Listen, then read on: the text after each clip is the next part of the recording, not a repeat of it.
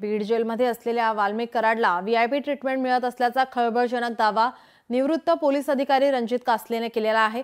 आपले प्रतिनिधी हरिदास तावरे आपल्यासोबत जोडले होते। हरिदास, धन्यवाद आपण दिलेल्या या माहितीसाठी।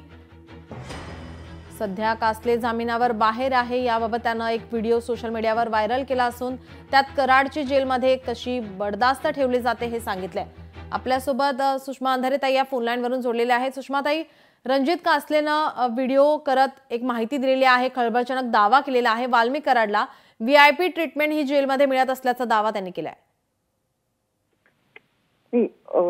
वाल्मिक कराड आणि त्याच्या सहकाऱ्यांना व्हीआयपी ट्रीटमेंट मिळते या संदर्भाने याच्या आधीही अनेक वेळा दावे झाले होते। मात्र यावर म्हणावी तशी ऍक्शन काहीही पोलीस प्रशासन किंवा जेल प्रशासनाकडून घेतली गेली नाही। या सगळ्या संबंधाने एक मागणी जी धनंजय देशमुख आणि त्यांच्या कुटुंबियांनी केली होती ती फार महत्त्वाची आहे की जर खरंच न्याय मिळवून द्यायचा असेल तर वाल्मिक कराडची इतर तुरुंगामध्ये रवानगी झाली पाहिजे।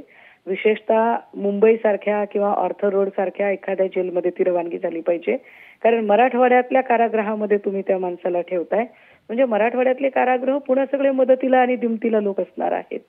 त्यामुळे हे वाईट आहे की एखादा गुन्हेगार सुधारण्यासाठी म्हणून त्याला आत ठेवलं जाते आणि आतही जर ती गुंडागर्दी संपणार नसेल तर काय अर्थ आहे।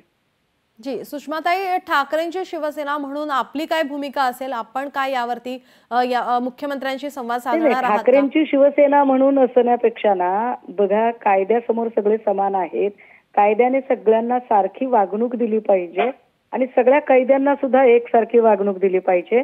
हा सगळा जर विचार केला तर आपल्याला आत्ता या क्षणाला मराठवाड्यातल्या कुठल्याही जेलपेक्षा मुंबई भागातल्या जेलमध्ये वाल्मिक कराडला हलवणं हे सगळ्यात संयुक्तिक असेल। हीच धनंजय देशमुख यांची जी मागणी आहे तीच मागणी आम्ही कंटिन्यू करतो। जी धन्यवाद सुषमाताई आपण दिलेल्या या प्रतिक्रियेसाठी।